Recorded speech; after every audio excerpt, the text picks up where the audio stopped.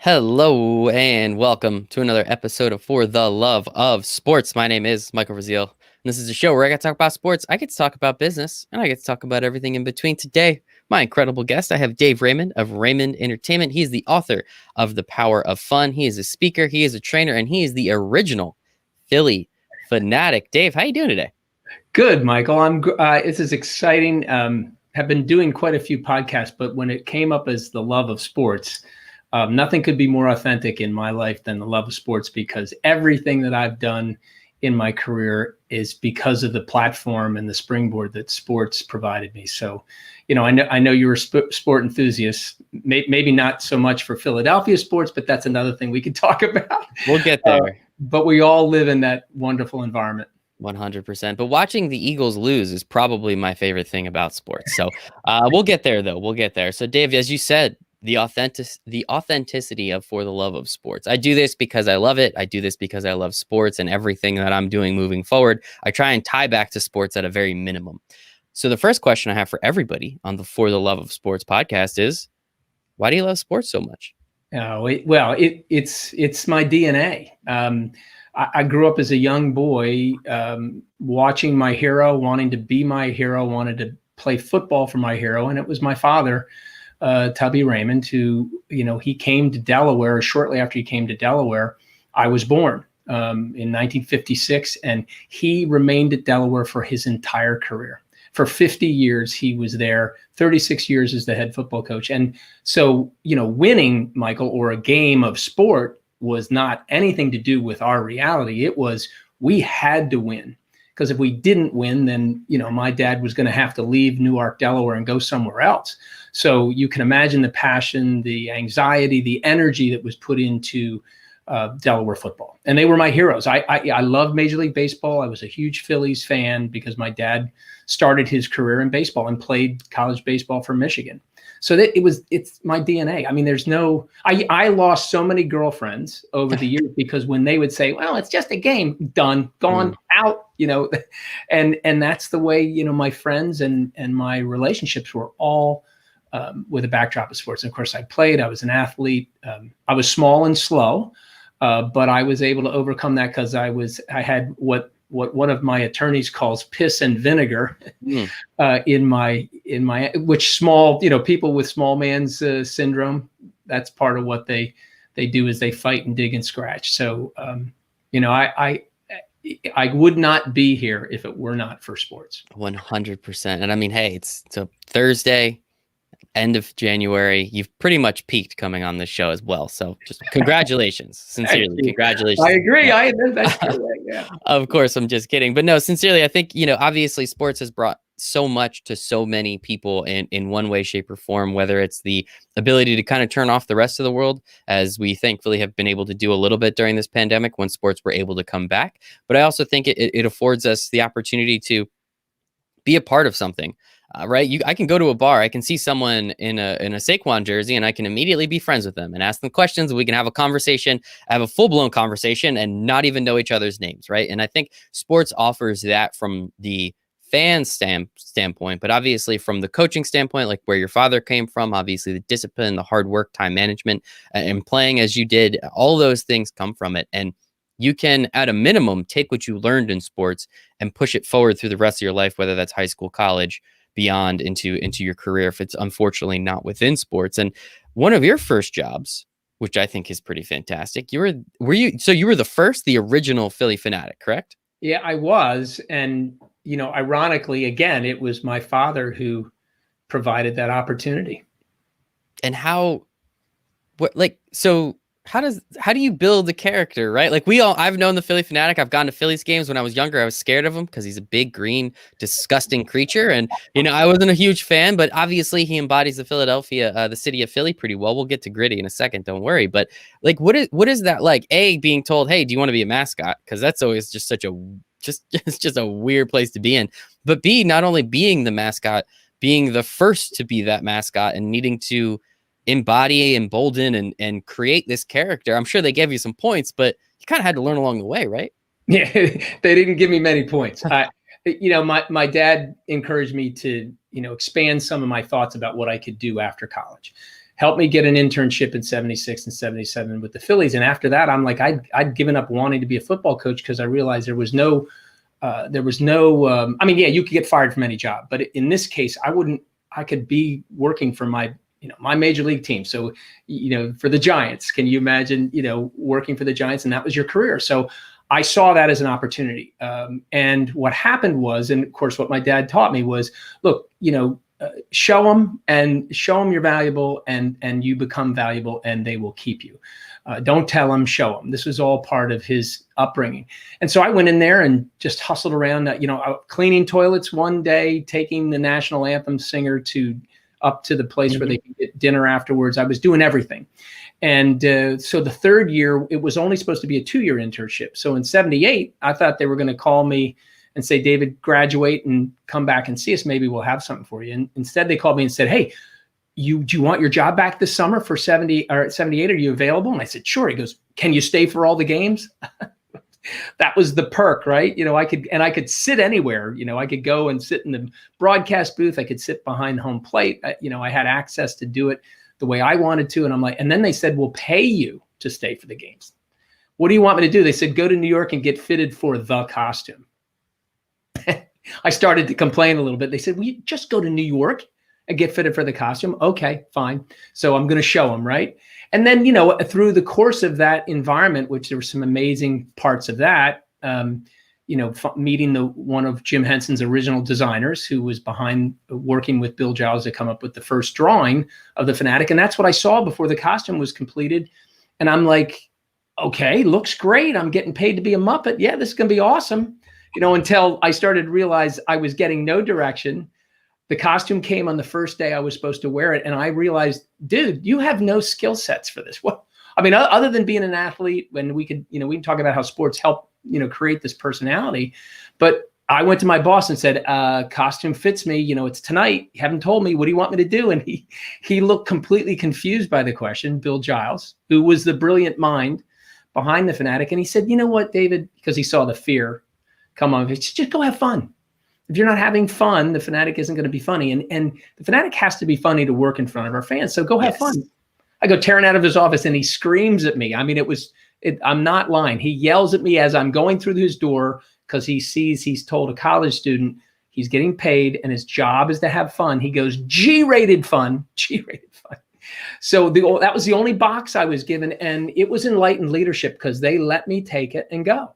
And if there was something they were concerned about or they didn't like, they brought it up to me, but they never told me don't do that. They said, why are you doing it? And if I had a good answer for it and it fit within the parameters of G-rated fun, they go, okay, we're supportive. Let's go do this. And I made some mistakes where they said, okay, we can't do that anymore.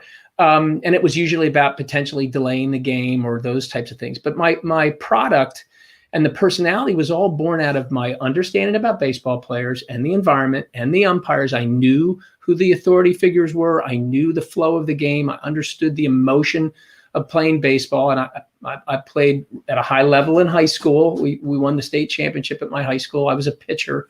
So I knew all of those things. And I just combined that with the passion of Philadelphia sports fans. And what was born is this personality that today, it's $1 billion brand extension.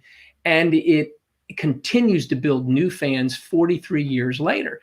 And that personality was authentic. That's why it worked. And leadership in Philadelphia allowed it to grow and didn't, truncate it, didn't edit it, collaborated with a young 21-year-old to help this thing, be born and to thrive. Yeah. And that's the legacy you want to leave, right? Hey, I was able to hang out essentially at the baseball team that I love and get to go. I love how in the beginning you were saying it's like, yeah, you can sit wherever you want. It's like, well, little did you know you were going to be in a costume the whole time. So that's kind of that's why they weren't telling me much. Yep, exactly. No, but I love it. And again, the Philly Phanatic. I mean, if there's a more iconic mascot, I cannot think of one. The only other one that comes up now is Gritty, and we're going to talk about him a little bit later. So it says something about the city of Philadelphia. They got a statue for Rocky. They're known for their mascots. It is what it is.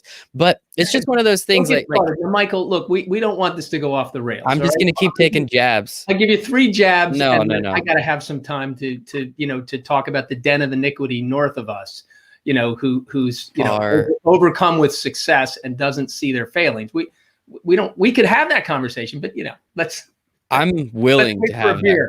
I'm willing to have that conversation. But no, I think it's, and it's incredible how you were able to learn on the job, right? It's one of those things, as you said, it's like you need to know, you have to have the information, the knowledge, and the desire to understand what you're doing.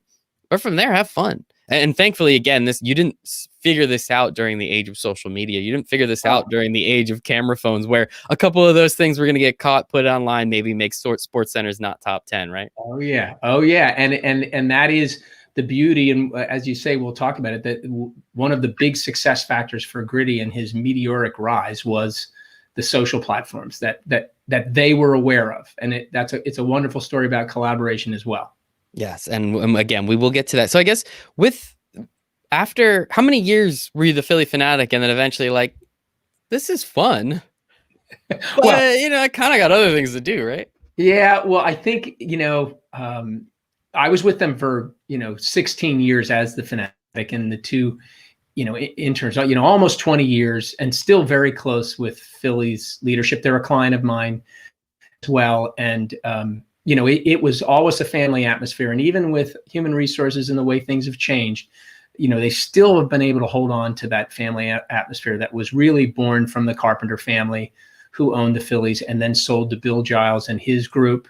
And Bill had all those same, connections about family and running a business like a family. And that still has held over through the myriad of changes. But the reason why I left, Michael, was because I was just like a professional athlete. I was getting paid because of a particular relatively rare skill set that I had, honed and well over 10,000 hours of practice, as Malcolm Gladwell would, place on an outlier. And by the time I got there, I wasn't doing any other work than being the Phanatic. That was my job. 300 appearances a year, 40 or so out on the road to promote the Phillies brand, and then hundreds, and of course 82 home games, and hundreds of local appearances that included funerals, which is a testament to how powerful fun can be and how it can be leveraged in any situation. It's universal, and that's the $1 billion part of this brand. So when I was looking at it, that I have to learn some other skill sets to be able to drive revenue for myself and my growing family, I realized I would rather do that on my own, as opposed to the Phillies said, okay, Dave, thanks, wonderful job for the last 17, 18 years. Now you get into our structure, because I had grown out of their structure, and we're going to pay you X and you're going to do this. I may have been blissfully happy with that option, but I had no control over my salary. The entrepreneurial opportunity gave me much more potential. So I wanted to figure out how I could earn money and drive revenue without having to be a performer. And that's why I left. And I left in great relationship with the Phillies. They helped me. They supported me. Those connections helped me fund my new business. And it was a great seamless transmission of power. And I had a young man named Tom Burgoyne, who continues to be one of my best friends, who was going to be the new best friend of the Phanatic. And it was really a great opportunity for me. And other than the fact that I miss the connection to Philadelphia fans, I still have it because I am a fan, but I had this amazing connection that I had to, in essence, give up some of that. But it's been repaid by running into fans every single day. Hey, you, oh my gosh, I met you when I was in diapers.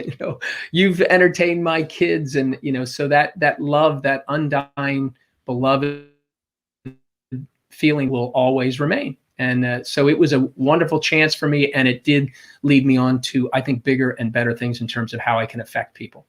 Yeah, and I think that's the more important part, right? Like, you understand what you were able to do, and while you did it for a very long time, as you said, you got those 10,000 hours, you were then able to kind of connect the dots and figure out, well, I have this particular set of skills. How do I use them in a similar yet different way to affect my life, to affect my family's life, to affect even more people's lives than just as, and we put just in quotes, because I'm sure being a mascot, as you said, 300 appearances a year, It's a lot of appearances. That's a lot of time. That's a lot of going on the road. And while it sounds great to work at a baseball game, when your team, any team, not going to pick on the Phillies here, but any team in August that's 15 games below 500, and okay, where's the fun coming from, guys? Like, what are we doing? What are we excited about today? So it does definitely get difficult. Baseball is absolutely a grind. And so when you when you decide to venture onto this entrepreneurial journey of yours, what was the basis of that? I know it was fun, but what did you learn as the fanatic that allowed you to say, okay, well now, because I was the fanatic and I understand character building and all this, now I can go help whoever with whatever. Like, who Yeah. is the who and what is the what? Well, the first inkling that started the idea of what I could do was the fact that I was traveling around the country and in the beginning entertaining at affiliate minor leagues of the Phillies. And if you know anything about minor league sports, it isn't about the wins and losses. People don't even get to know the players very well. It's about providing entertainment that is family fun and affordable. So they didn't care where the fun came from. They don't care if they were entertaining, having another brand to entertain their fans. As long as that brand could entertain their fans, that's all they cared about. So the Fanatics started doing appearances all over the country at minor league baseball games at every level with different affiliated teams, and then later on unaffiliated minor league teams. And I was surprised that, oh, you're going to let the Fanatic wearing a Phillies jersey in your environment when you are owned by the Mets? I mean, we did the New York Penn League up and down and all over, and they're all Yankees and Mets fans, and they loved it. That's why I go Michael. One of the comments I go when I talk about New York fans, I go, hey, listen, let's be honest. You were the first one that said, get over here and take a picture with my kids. Now get the heck out of my way, because if you could affect somebody's kids in a positive way, they crossed all kinds of political barriers and fandom to get that moment with their kids. So that was the next concept was, okay, entertainment is entertainment and people need it and want it. So we're going to create a character that can entertain, and I'm going to continue to entertain, but I'm going to own the rights to the character. But the next thought was, well, why is it so good? And that's when I started deconstructing. This is what certainly led to the Power of Fun was, people look at mascots and certain cases don't give them the value that they deserve. What mascots do is you look at Apple, you look at this, and I'm a certified Apple geek because it feels good. I have an emotional connection to this device. And that's what Apple did better than anybody. The Fanatic creates emotional bonds. These are bonds that are a time when you snap a photograph, back when you printed them and now digitally, and you will proudly show the picture. Look, this is when we met the Fanatic, and he did this with my kid. He turned him upside down, and that was the picture. And they will remember these moments forever. That is golden in terms of brand and marketing and rising above the noise. So I was going to harness that. And I was going to, the next generation of my business was to show other people how they could harness that. And that's what led to great success from the character branding realm. First, I just wanted to own the rights to the character. Then I recognized the deconstruction gave a process that could make people build brands that rose above the noise and become their own, million or billion-dollar brand extension. And we knew the process. We knew how to do it right. And having fun was at the core of that. And that's what we've been doing ever since. I mean, you were the original, right? Like, and that's how, and that's why, and you did it for so long. You saw the process play out, especially over 18 years, 16 years, whatever that number was. It was pretty impressive. And obviously we've said it a couple times now, but you had a pretty big hand in the creation of the character Gritty, who, if anybody doesn't know who Gritty is, I guess you just don't go on the internet during the hockey season, because Gritty is hilariously and lovingly the most polarizing mascot and figure. Like, it's this weird thing. It's ugly, it's hideous, it's supposed to be ugly, it's supposed to be hideous. It embodies that trash heap that Philadelphia is, which I think is fantastic. And you did such an incredible job. I love Gritty. I think it's incredible. And I also love the interactions that he has online, like in the most tongue-in-cheek, sarcastic way possible. It is so incredibly perfect. What goes into creating that character? And I guess at what point was someone like, hey, you might be going a little too far with this? You're like, no, we can push this further. Well, listen, And on a side note, we just signed up to do an interactive event on Facebook for the Gritty Fan Club. There's 11,000 members. Oh my goodness. And we're getting an enormous amount of I love it. positive feedback to register for that, that time when we're going to get together and tell what I'm going to share a little bit with you. But, the Flyers got in touch with me a year or so before they actually pulled the trigger. It was Joe Heller, who now runs a lot of the marketing development for the Philadelphia Visitors Convention Bureau. So he's got a huge struggle ahead of him, but he's doing well there. Good friend of mine. I knew him because he knew a best friend of mine that ran Dover Motor Speedway. It just shows you how sports connect. Mm-hmm. He said, look, we want you to help us. We're not sure when it's going to happen. Can you do this? I said, sure. And I explained to him my process was immersive, that the first thing we're going to do is we're going to have a mascot intervention.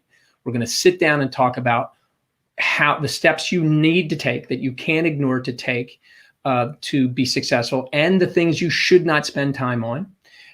And we follow that process. And with your agreeing to immerse yourself in it, you're going to give me the knowledge that you have about branding and marketing Flyers hockey, and that collaboration will produce great results. I had no idea we were going to have the results we had, but it was due in large part to leadership, young leadership with the Flyers. And Sean Tilger, who was the president at the time, unbeknownst to me, he was driving the thought that, hey, look, we're building new Flyers fans. We're no longer missing the opportunity to build Flyers fans. That's why we're doing this. But it needs to be authentic to our brand. And that was what I talked about in the beginning. Storytelling, authentic storytelling. So you can answer the question, why? Because we could recreate the Phanatic and your fans are going to say, why? And they'll be very passionate about wanting to know why. And if you can't answer it authentically and it looks like a marketing ploy, they're going to dismiss you and it's going to hurt. That's the only type of danger that we have. We want to be authentic. So from the top down, it was, look, I don't want kids to run and hug this guy. They might high five him, but I don't care if he scares kids a little bit, which was counterintuitive to the whole idea of building young Flyers fans. So that was the marching orders. And when we had that meeting, I said, look, they're going to hate it. Universally, they're going to hate it. We just need to answer the question why. So let's tell the story. And that's what they did. And then they had two young women who are still with the Flyers who were just outstandingly talented on social media. And then the performer that I brought in to play and had him be interviewed and then got the job to be the performer was also excellent, because I'd been with this kid since he graduated from Rutgers, got him a couple of jobs. I didn't get him the job. I opened up an opportunity. He got the job because he's talented. And then he collaborated with those two young ladies, and they still do that today. That's why his social media presence is so remarkable. It's just awesome. His stuff during the pandemic is legendary. If you want to boost, go watch some of Gritty's posts in March, April, and May. They're just phenomenal. And I get chills when I talk about it because of how talented they are. And we get the benefit of that talent because we get the success occurs and say, oh, they talked to Raymond Entertainment, they talked to Dave, the original Phanatic, and he followed the process. All of that's true. I will take the credit where it's due. But the meteoric rise became because of the collaboration we had and their fearlessness to put their brand out there and potentially hurt the brand. They relied on me and they trusted me to say, don't worry, continue to be fearless. If we do it this way and this authentic story goes through, it's going to work. And then social media lit the fire. Mm-hmm. I mean, Antifa hijacked a picture of Gritty and made it look like he was strangling Trump. And that was going about their violent. I got a call from the version of NPR in Canada, and they wanted me to comment on what a character that I helped create is now being hijacked by a radical. And I said, wait, whoa, this got nothing to do with politics, okay? The Flyers aren't sending lawyers out to try to find out who from Antifa took and abused the image. It's noise. This is about Flyers hockey. It's about building Flyers fan, and whatever else anybody else does, that's on them. I'm not commenting politically on it. When I was having that interview, I'm like, oh my gosh, I'm going to step into it now because I have to avoid that type of discussion because it's got nothing to do with our success. Yeah, that's just that is noise. That's 100% noise. But man, if there was a mascot to do something along those lines, it's got to be Gritty, right? And that's why it's funny. And you're 100% right. The social media stuff is it is so incredible the way how quick, and shout out to that team over there, those two ladies that you were talking about, and obviously the gentleman who performs. It's so spot on. Yeah, I, and I've never the talent. brand is so perfect. And Michael, it's a talent because I my know, God, yeah. even though I teach some of this, some of this stuff, and social media is brought up, I'm a mouthpiece for all the basic things, consistency, authentic. You want to capitalize on pop culture and the Bernie Sanders meme now. You got to jump on those things. You got to be quick. You got to be agile. And I know all that, but I have a social media presence, which I think I do a decent job. But man, oh man, I'd like to have those two ladies running my social media. I'd be better. And that's what I love about working with talented people, because the output is so multiplied so much higher. And that's why collaboration is about putting your ego aside, opening your ears, and listening to everybody in the room. And I'll tell you that we were doing designs that was getting a lot of traction with the committee. But and I got to be friends and continue to be friends with Sean after this. Sean kept going, it's not ugly enough, it's not scary enough. But we were hitting the note with the rest of the group. But he wanted what he wanted. So Joe came to me and said, look, your designs are great. And I have a wonderful designer who's very talented. Said, can we bring in some other thoughts? I go, yeah, this isn't about whether we do the design. And they brought in Brian from Flyland Designs, and we looked at his stuff. And within a minute, I'm like, oh, that's it. And of course, it appealed to Sean, and that became So technically, Raymond Entertainment didn't design it. I think we inspired the process and knew, you've got to like this. If you don't like it and your group doesn't like it, then it's not going to work. And we were listening to the story, and the story was about a troll, that lived under the stadiums for all these years and got tired of all the changes and started defacing the property to protest the changes. Let's just go play hockey. Stop making these changes. And that's when they found him. So he looks like a troll, doesn't he? That's why his eyes are so wide, because he hasn't seen the sunlight for most of his life. And but all of the underpinnings of Powerful Fun are what made this work. And that's fearless. It takes a lot of strength and confidence to go and make fun of your brand, because a character is doing that. It's kind of laying bare your insecurities and your failures. The Broad Street Bullies was not a complete failure, but it eventually got weaned out of hockey. So they had to change, but that's part of who they are. So I can't speak more highly on the collaboration between Raymond Entertainment and the Flyers organization, because that is the main responsibility for the success, is collaboration. Yeah, and I mean, taking that step as the Flyers, as you said, you're really putting yourself out there, because if it's not appreciated and it's not liked, the internet's going to hammer it. But thankfully, again, you had the incredible social presence. You had the design is perfect, and it really does embody the city of Philadelphia. I know I say mean things, but I can't think of a more perfect embodiment of Philly than that. Yeah, and it's perfect. And believe it or not, we can do it. We could do it for New York. Mr. Met's fine.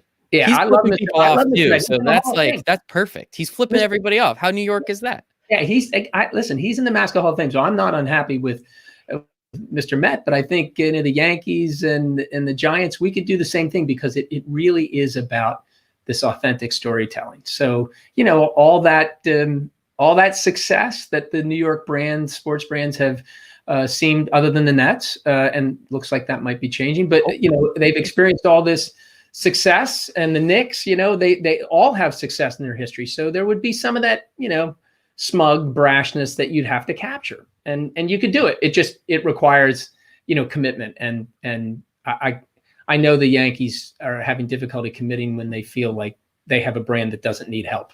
So yeah, I hate the Yankees, so that they're never going to do that. I love the Giants, but they're the same kind of that old school, like, no, we're above everything. Shut up. We're here to have fun. It's sports, guys. Like, well, that's our main complaint about New York too. So we're aligned there. Can't really blame you for that one. So with this, right, you also decided, well, let me write a book. And I actually did the same thing. So let me promo my book, then you can promo yours. You can get mine for 99 cents on Amazon, Winning in Sports Business, all these incredible interviews that I've done. Been able to go back, take from some of them, have some incredible guests on there. Check it out, 99 cents. Shoot me a DM. I'll give you the $1. You can go buy it. You get a penny. But you I'll make you, I'll send you mine. You send me yours. How's that? deal. All Love right. it. Love it. Love it. Love it. I appreciate that, Dave. So tell me a little bit about yours. The Power of Fun. What was the inspiration to write this book, and why did you decide? It took a while. It took me like a whole year to write the thing. Yeah. So it's a commitment. Well, my path was about 5 years because I'm not a writer, and Me people neither. kept saying you need to write a book. I'm sure that you've had people. That's part of everybody's inspiration to write a book is because somebody says, "Well, oh my gosh, you're back. You should write a book." So I started toying around with the idea, and I started collecting stories because I've been speaking in front of groups for 30 years, but I didn't really have a formulation of what I was speaking about. I was just talking about how great it was to be the fanatic, and people enjoyed that, and I got paid, and that was all good. But I wasn't focused on it being a business, and I wasn't focused on a specific message other than sharing stories. So I started collecting those stories, but I ran into some really difficult times in my life. My mom died of cancer at the age of 59. 8 months of suffering from brain cancer. My marriage fell apart just 2 weeks after my mom passed, and I had gone. And people, especially now, can relate to this. The struggle with psychology and the struggle with making bad decisions is when you get into a helplessness phase. And psychology, for the most part, up until the 80s, was about making the miserable less miserable, so they were out of helplessness and wouldn't make those bad decisions. Well, I had gone down into helplessness, and I saw firsthand how easy it is to make a bad decision. But I was performing as the fanatic at the same time and thinking about how I had to stop making appearances, because how could I be a clown and be effective when I was suffering so mightily? And then I realized that when I would do appearances as the fanatic, that those times would make me feel better. And in deconstructing it, I found that a little bit of this every day is what really ends up giving you the ability to come out of helplessness. And then the same process is to thrive in life. So as I deconstructed this, I had more passion to write this book because I had something to say that I thought would be good for everybody, as opposed to just entertaining them, which is part of my job as a speaker. But I want the message to come through. And so it is about 4 steps in a process to leverage fun, to be more accomplished in your work, to make stronger connections with your employees and your boss. But how about with the people that you love the most? And it can save your life. It saved my life. So what that gave was not only a passion to write the book, but a purpose. And I got a hold, I'm not allowed to name his name. I wish I could. I got a hold of a sports writer in Philadelphia who I'm good friends with. And he said, I'll help you. I can't be your ghostwriter because of conflicts in my contract and reporting, but I can help you. And he used to be he wanted to be an English teacher, and he ended up a sports writer. We sat down, and all those pages I had written, I had a manuscript that was about 290 pages long. We condensed it to about 150 pages, and he would take a page, and I thought I had written it well, and he'd condense it into 3 sentences. And I'm like, oh my gosh, how can you do that? And I actually learned a lot about writing, and I can't wait for the next, because I have a leadership book that I would like to write. And I think that's going to come sooner than later, because I appreciated the book. And then what I did was I didn't want to line Jeff Bezos' pockets anymore. So I self-published, but I did it for myself. I've got a wonderful company called AccuTrack that does all my on-demand printing, and it's only available at DaveRaymondSpeaks.com. And as soon as I changed it and got it off of Amazon and put it over on my site, my sales went up. And it obviously is wonderful for my audiences as a take-home version of my keynote speech. So it really is a wonderful asset to have for speaking, but it also was a passion play, and I'm very proud of it. And it wouldn't have been that way without my collaboration again with the sports writer, who unfortunately has to remain unnamed, but I continue to buy him dinner and drinks as much as I can. So there you go. I'm sure he gets a lot out of it too, but I think it's incredible. Again, going through the process of writing a book. I worked with a hybrid publisher, so it definitely helped a lot. So they had the editors and a lot of people to help, because I'm not a writer either. I'm a talker, and I'm totally cool with that. The problem is I write the way I talk. So those run-on sentences get pretty long, and they're like, what are you doing? Like, you use like, wow, that's a really great story, isn't it? But yeah, exact same thing. It's like, no, we could take like 18 sentences, make it like 4, and look, now we actually have like a point to look at. So same process happened with me, which was kind of nice. And I think it ended up being pretty good. Obviously, looking back, I'm sure you have the same things, like, well, kind of wish this was a little different, kind of wish that was a little different, but it's going to happen. I don't care. I'm a published author now. It sounds cool. One more time, where can everybody find your book? At daveraymondspeaks.com. It's Awesome. and you can get it personalized and get one of our signature lapel pins, which is the exclamation mark at the back end of the Power of Fun logo, and it is green fur. So we always want to harken back to, we learned this from the Phanatic, but the process is so much more powerful than just antics on a sports field, and it's about saving your life. And I've lived it, and I believe it, and that's what I preach. And it doesn't cost anything to follow this process. It costs nothing. It's an effort, a difficult effort in changing habits, but it doesn't cost any money. Well, I'm very excited to read that, and anybody else, I will make sure, if you didn't get it either time he said it, I'm going to make sure that's in the show notes. If you're listening, that way you can check it out. Go grab a book. That's always fun. And then, as you said, you were always talking in front of people, but now when you kind of put your thoughts together, now you're speaking in front of people, right? And you kind of have that understanding of what you're going in with, why you're going in with it. You have your keynotes, you have your long addresses. I'm sure you have your open forums. What was it about the opportunity to speak? And not everybody likes to read, but everybody can pretty much listen at this point. So kind of being able to get your message across in a different medium, how were you able to take advantage of that and start? Because as I told you, I'm actually trying to get into speaking with the book that I have, Winning in Sports Business, only $1 on Amazon, whatever. You can, I want to take that information for people and go and share it, because I talk to some of the most amazing people on planet Earth, and I want to share their stories with others. My story is okay. Upper middle class kid from the suburbs, whatever. I connect with some people, not that many. But I want to become a speaker. So now I'm asking you, how'd you do it so I can follow in your footsteps? Well, let me tell you something. You do have a story to tell, and that's all you need to do as a speaker, is figure out what that is. I wasn't treating it like a business. Whatever the budget was, I went and did a talk because I loved doing it. It was enjoyable for me. And then I saw that the stories really entertained people. But now that this message came across, I said, as I learned in some of my speaker training, which I'm going to promote, this outlet that is just so amazing and been so helpful for me, is your goal is to make your audience think, act, and feel differently. And that is all, and you are in service of that audience. So if you've told a story for 100 years and you love telling it, but it's not getting a response from the audience, you have to, as they say, kill your babies.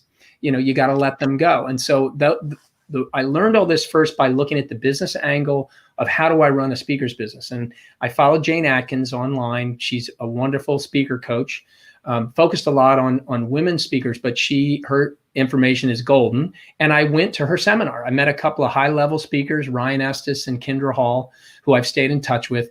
And I really focused on, well, how do I run this like a business? And as an entrepreneur, it was great to reset and start a new business and finally take all of those mistakes I made with my previous business and businesses and put it, leverage it to really do this the right way. So I came home. This was almost 4 years ago, this coming up November. And it was just so inspiring for me. And then I went and started building all the assets, the website, the tease reel, and I'd done a lot of speaking. So I had myself on camera a lot. And that's an ongoing process to make it better. And I think we're probably, I'd say, a B- with all of our assets combined. And I'm pushing to get it to an A+, which requires more opportunities and whatever. And I was shooting for large conferences and events. And then I went to Heroic Public Speaking in Lambertville. Michael and Amy Port have this most amazing program there. And I did their core class. And as soon as we get back to live, I'm going to go back to the Lambertville studios and work on a graduate level course with them. They're phenomenal. So it was, again, collaboration, finding people that knew more about it with me, talking to other speakers. But the beauty was that I had all these reps honing the concept. And now I had a message. So I reformatted the talk. Put it together into this 4-step process. It's ended up in training, some personal development training we've been doing, and it's just phenomenal. I'm not excited about the training as I am about the keynote speaking, but the training is really powerful as well. And we've just rolled that out in the last 6 months to some great success. So I'm sure we'll be focused and continue on that. But I'm speaking in front of Invacare, a global medical supply company, on February. In March, I'm speaking to the Club Management Association of America. And one of my fellow keynotes is Jim Kelly, who I'm a big fan of and followed him through his struggles. Just having this opportunity virtually to do it has really inspired me to say we can move through the pandemic and do this, but I can't wait to get in front of people live again. So a lot of hard work that continues, a lot of investment in technology so that we can broadcast better, virtual studio that I've just rolled out with my producer can remotely connect. So you'll never see me go, okay, let me go to my slides. Okay, let me go to the video, which can be forgiven now. But as we move forward in this, with this idea of virtually connecting with higher technology, it's not going to be forgiven very long for presenters to be distracted and to distract the audience with those types of things. So highly produced virtual events is where we're headed. And I can't wait. I mean, it's just so much fun to do. And we've got, we have options where I just, crash onto a video call.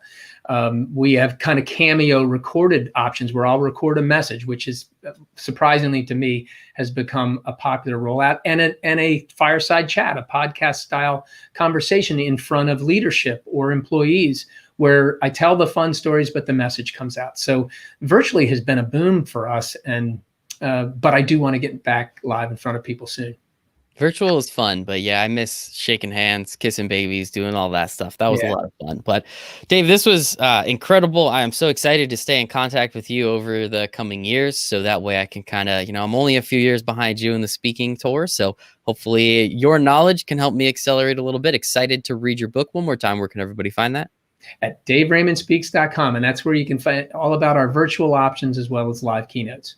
Look at that, DaveRaymondSpeaks.com. Again, it's going to be in the show notes. But Dave, sincerely, this was amazing. Dave Raymond, Raymond Entertainment, author of The Power of Fun, speaker and trainer, and the original Philly Phanatic, and the creator, the essence, the inspiration behind that disgusting troll grid. Really appreciate your time today, Dave. Thank you so much. My pleasure, Michael. Thank you so much. I appreciate it. Bye, everybody. Bye now.